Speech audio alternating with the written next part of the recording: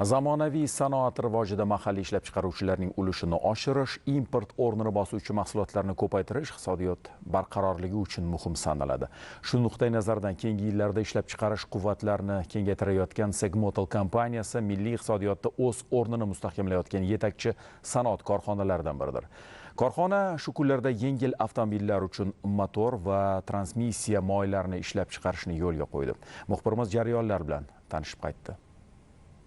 Eng avvalo Segmotel haqida. Segmotel O'zbekistonning neft qazib olish va neftni qayta ishlash sohasidagi yetakchisi bo'lgan Sani kompaniyasining moy biznesi operatoridir. Kompaniyaning asosiy ishlab chiqarish aktivi bu Farg'ona neftni qayta ishlash zavodi bo'lib, respublikada bazaviy moylar, ya'ni motor, transmissiya va sanoat moylarini ishlab chiqarish uchun xomashyo tayyorlaydigan yagona korxonadir. Zavod har yili 100 ming tonnagacha bazaviy moylar ishlab chiqaradi. Keyinchalik bu moylar tayyor mahsulotlar ishlab chiqarishda qo'llaniladi. Segmotel kompaniyasi 2022 yilda bazaviy moylarni tovar mahsulotlari ishlab chiqarishga maksimal darajada jalb etish maqsadida tashkil etilgan. Kompaniya o'zini ichki va tashqi bozorda yuqori sifatli sanoat moylari, shuningdek tijorat transporti uchun moylar, xususan dizel dvigatellar uchun yuqori texnologiyali motor moylar ishlab chiqaruvchisi sifatida allaqachon namoyon etishga ulgurdi. Joriy yilda korxona texnik rivojlanish strategiyasi doirasida muhim va talab yuqori bo'lgan yo'nalish, ya'ni yengil avtomobillar uchun motor va transmissiya moylarini mahalliylashtirish loyihasini amalga oshirdi. На сегодняшний день мы производим и фасуем. Bugungi kunda biz 50 turdagi turli xil moylarni ishlab chiqaramiz va qadoqlaymiz. Ulardan 20 dan ortig'ini shu yili o'zlashtirdik. Qadoqlash sexida 10, 20, 30, 4, 5, 1 litrli formatlar, IBC konteynerlar va 20 litrli kanistrlar uchun 3 ta avtomatik qadoqlash liniyasi mavjud. Bugungi kunda ishlab chiqarish uchastkasining umumiy quvvati yiliga 20 mingdan 30 ming tonnagacha. Bugungi kunda biz shuningdek xuddi shu uskunada antifriz ishlab chiqarishni va uni 20 litrli kanistrlar hamda bochkalarga qadoqlashni o'zlashtirdik. Oldimizda yaqin kelajakda ishlab chiqarish samaradorligini oshirish va quvvatni yiliga 36 ming tonnaga yetkazish bo'yicha vazifalar turibdi. Buning uchun biz doimiy ravishda uskunalarni modernizatsiya qilish va yangi zamonaviy moylar nomenklaturasi ustida ishlayapmiz.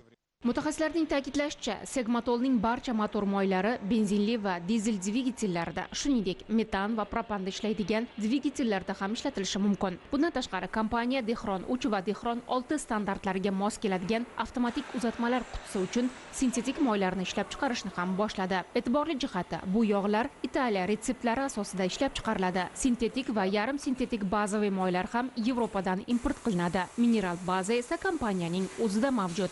Перед нами была поставлена задача использовать наилучшие мировые технологии. Biz oldimizga eng yaxshi jahon texnologiyalaridan foydalanish vazifasini qo'yganmiz. Shu sababli biz texnologiyalarimizda Farg'ona neftni qayta ishlash zavodida ishlab chiqarilgan birinchi guruh bazaviy moylardan foydalanamiz. Bu moylar sifatini Yevropa standartlariga yetkazish uchun kerakli ishlar bajarilgan. Moy retseptini tayyorlash texnologiyasida Yevropa va Amerika ishlab chiqaruvchilarining dunyodagi katta to'rtlikka kiradigan kompaniyalari usulidan foydalanamiz. Ular bilan Shell, Mobil, Kestrol, va boshqa yetakchi ishlab chiqaruvchilar hamkorlik qiladi. Shu bois bugungi kunda bizning mahsulotlarimiz O'zbekistondagi eng yaxshi mahsulot bo'lib, sifat bo'yicha jahon va Yevropa standartlariga to'liq mos keladi. Bu nafaqat bizning laboratoriyamiz, balki hamkorlarimizning laboratoriyalari va ilmiy tadqiqot markazlari tomonidan ham tasdiqlangan. Ta'kidlash kerak, bu turdagi moylar bozorning katta qismi xorijiy brendlarga taalluqli edi. Mahalliy ishlab chiqarishning yo'lga qo'yilishi esa valyutaning tashqi oqimini kamaytiradi va ichki bozorda narx barqarorligini ta'minlaydi. Avtomobilniy park O'zbekistondagi avtomobil parki ham son jihatidan, ham sifat jihatidan jadal rivojlanmoqda. Bu esa avtomobil moylariga bo'lgan bozor ham kengayib borayotganini anglatadi. Bizning kompaniyamizning asosiy missiyasi va bosh vazifasi aynan shu o'sib borayotgan bozor ehtiyojlarini maksimal darajada qondirishdir. Bu esa avtomobil haydovchilariga yuqori texnologiyalarga asoslangan sifatli mahsulotni maqbul narxda taqdim etish demakdir.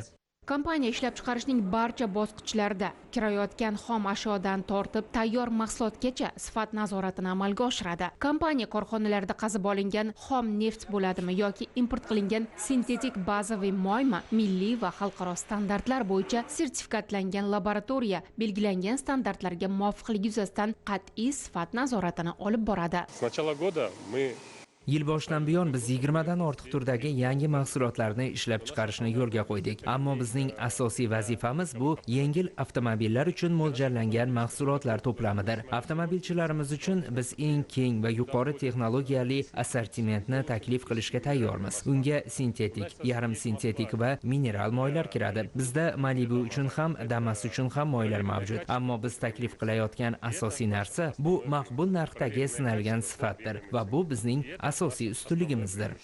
Segmatol tomonidan yengil avtomobillar uchun motor va transmissiya moylarini ishlab chiqarishning o'zlashtirilishi korxona rivojida yangi bosqichni boshlab berdi. Bu qadam nafaqat o'ziga xos texnologik yutuq, balki mamlakat sanoatining raqobatbardoshligini oshiruvchi yana bir omildir.